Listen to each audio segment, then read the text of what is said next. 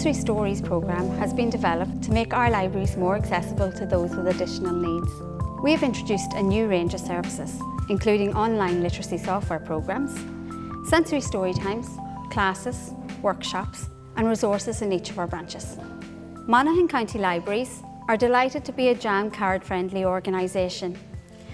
The JAM card allows people with learning difficulties, autism and communication barriers to ask for just a minute in customer service situations.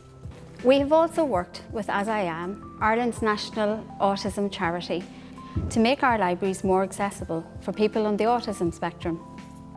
All our staff have received autism awareness training.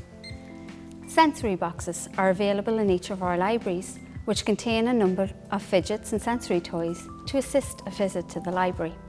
Did you know a visit to Monaghan Libraries can begin at home?